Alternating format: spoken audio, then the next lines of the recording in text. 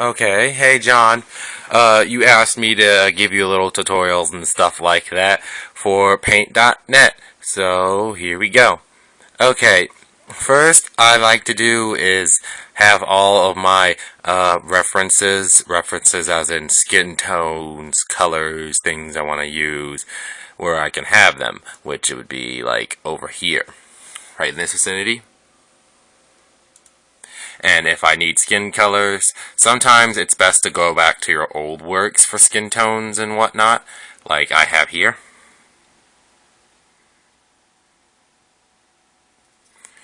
And so I can go back to things like this.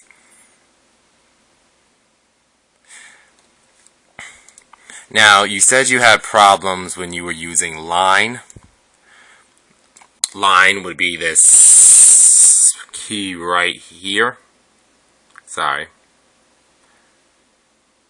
Would be this right here.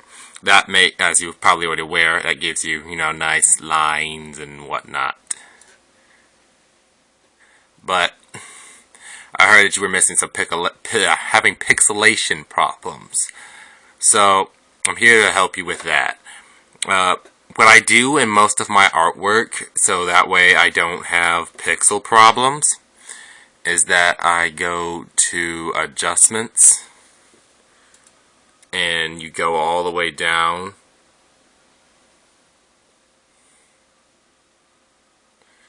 to brightness and contrast, and you see how my picture has pixels all over the place. If you go to brightness and contrast, hold on a moment, this will pop up. Now that this is up and going, you have brightness, which means, as it says, brightness, and you have contrast. Now what you want to do is use contrast, because basically it takes anything that's really, really bright in your background and makes it black, black and bulker.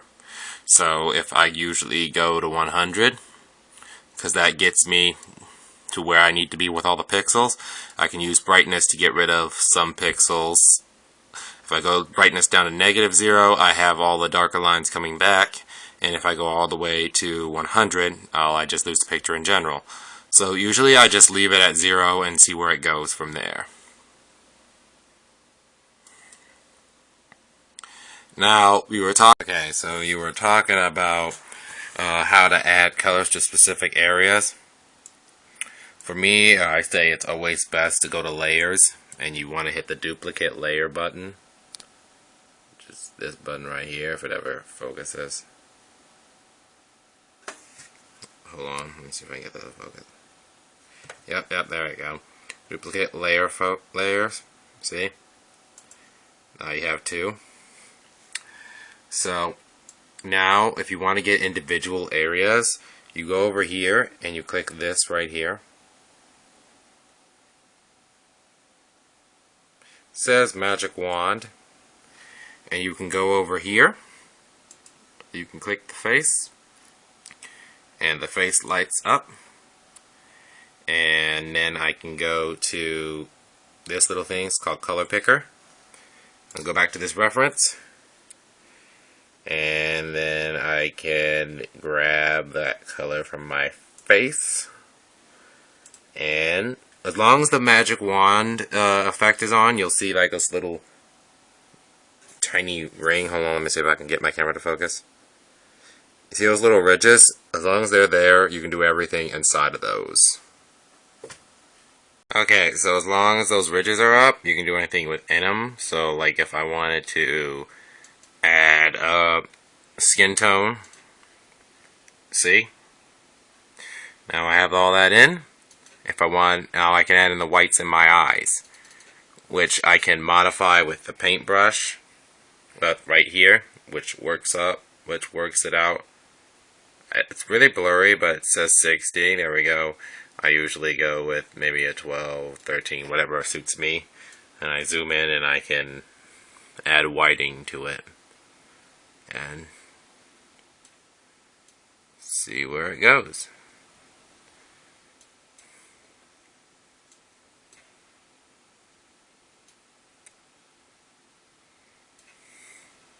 Like so.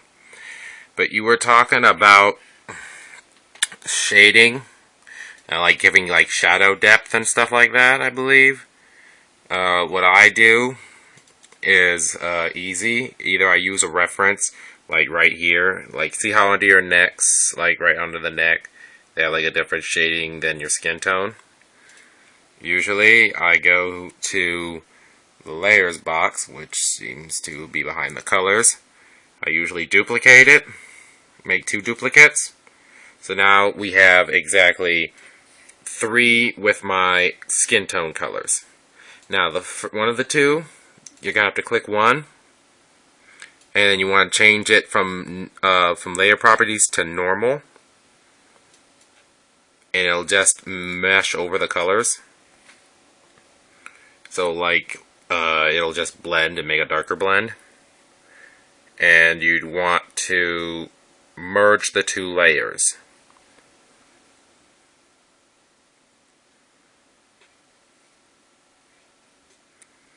Then you use the color picker, pick the color. You can get rid of it unless you make unless you have a reference for it, and then you can go back to your original drawing design. See how I got rid of them, rid of the multiple one, and I can add in shading now. Makes it look like I have a darker tone, but it's always best to have a reference, just so you don't have to do that over and over again. What I want to show you is called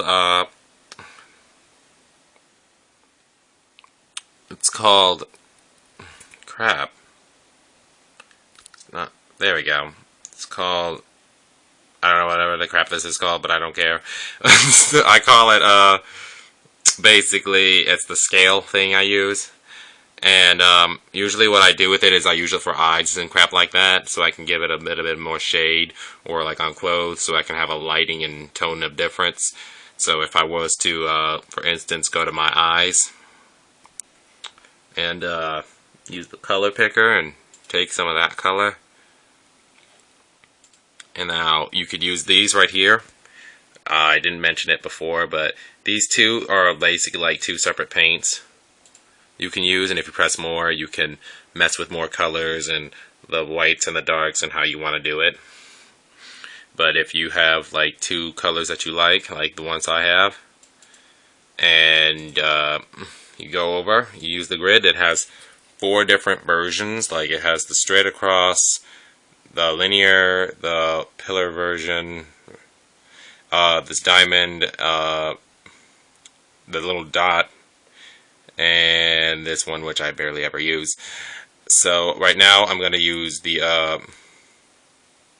well, for eyes it depends if I want to do linear or if I want to do the circle, but I like using linear.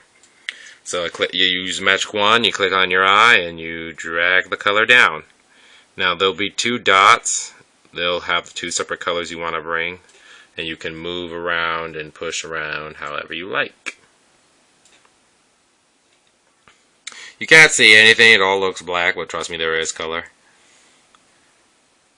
And basically, that's all you got for paint.net. If you had any more questions or anything, you can simply ask. And I'll show you guys my finished production later. Alright, peace out, you guys.